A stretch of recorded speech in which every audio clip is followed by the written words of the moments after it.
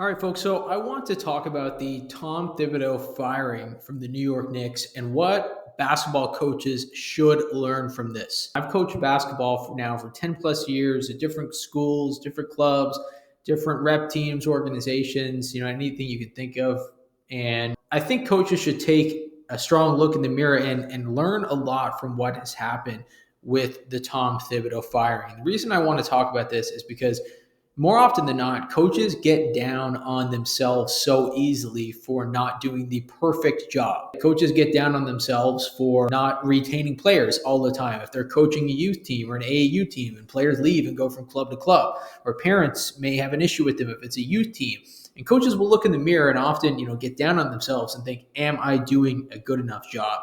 And the answer is yes, right? You are doing a good enough job, most likely. Now, that's not to say that coaches can't look in the mirror and improve every day, but you are giving your time to the game. You are giving your time to athletes. What you're doing is enough. But this Tom Thibodeau firing, what coaches can learn from that is you will never do enough in the eyes of the parents that you might be coaching, the athletes that you might be coaching, or if you're coaching professionally, the front office or the executives. You're never going to do enough. But that doesn't mean that you're not doing a good job, and it doesn't mean that you should ever get down on yourself. Now, what do we mean by that? What are we talking about, right?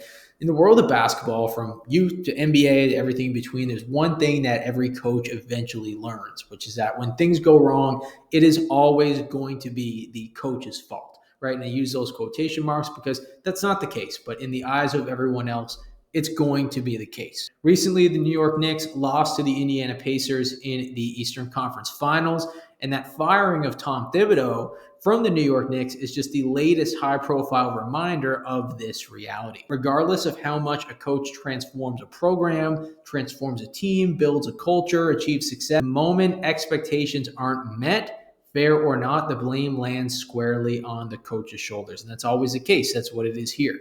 Right? It's not just an NBA issue. It's the same pattern all across the board. Youth, professional, adult, whatever it may be, high school, it's always going to be the case. Parents will point fingers at the coach for their lack of child's development, lack of playing time, lack of production, long before they're ever going to hold their child accountable. Lack of effort, lack of discipline, whatever that may be, they're never going to look at their child first and think their child might be the problem. And in the NBA, it's not any different. After the Knicks fell short in the playoffs, the narrative quickly turned against Tom Thibodeau for the New York Knicks, right? As much as some folks in the media did have his back, you did hear a lot as well that maybe he's not doing enough. He's too much of a defensive-minded coach. Let's be honest, the Knicks didn't lose that series because of the coaching. Maybe there was some qualities that Tom Thibodeau as a coach was missing, but that's not why they lost the series, right? In Game 7 of the Eastern Conference Finals, Jalen Brunson, who had a really good season, shot just 6 for 17. That's not a Tom Thibodeau problem. Karl Anthony Towns, who played with Thibodeau in Minnesota, had his share of playoff lowlights as well, shooting terribly throughout the series and even getting benched in some fourth quarters. Right, OG Anunoby is another player I look at in the Knicks. He's supposed to be this defensive stopper, this elite defensive player, and the Indiana Pacers basically got whatever they want, whether it was Tyrese Halliburton or Pascal Siakam. So are those issues truly on Tom Thibodeau? And the reality is that people rarely look in the mirror when it comes to evaluating their future. Right, when it comes to evaluating their future, they never truly look in the mirror. Players know this, which is why the culture of modern basketball is you see players jumping from AAU team to AAU team, club to club, always in search of a better situation, a better coach, more spotlight without confronting their own shortcomings. That mindset isn't exclusive to youth athletes or teenagers. It exists at the highest level of basketball as well, where loyalty is fleeting and pressure is relentless, right? You're seeing coaches being let go, being fired from their positions almost all of the time. Right. And that's the same thing with youth basketball. Parents are always going to, look at the coach. They're never going to look at their player and say, well, the player isn't developing. They're going to look at the coach, and then they're going to bring their kid to another program, another team. And it's never going to be on the player. And that's the same thing that's happening in the NBA. Coaches like Tom Thibodeau represent the heartbeat of what coaching should be, which is discipline, defense, culture, accountability. He changed the culture with the New York Knicks, right? Before Jalen Brunson even became the face of that franchise, Thibodeau had already brought respectability back to New York, right? He took a roster with Julius Randle and RJ Barrett to the playoffs when the Knicks hadn't been in the playoffs in a year. He made the Knicks relevant again. But all of that was seemingly forgotten because the team fell short in the Eastern Conference Finals. This is the painful irony that coaches face everywhere. Your past accomplishments are never enough to shield you from present criticism. The moment your team doesn't meet expectations, your job is on the line, or athletes are going to leave your program and switch to another program.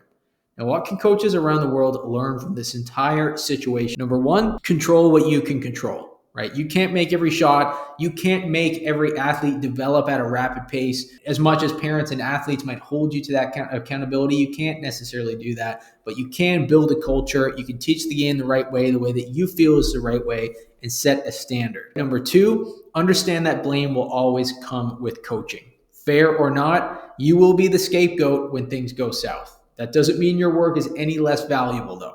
It's always going to happen. Like we talked about, parents and athletes are never going to look in the mirror, right? I wouldn't say never, but 98% of the time, they're never going to look in the mirror, right? They're going to move on to the next opportunity before looking in the mirror themselves and saying, what do we need to do? What does the athlete need to do to get better, right? And it's the same here with professional basketball. Number three, appreciate the impact that you have even when others don't.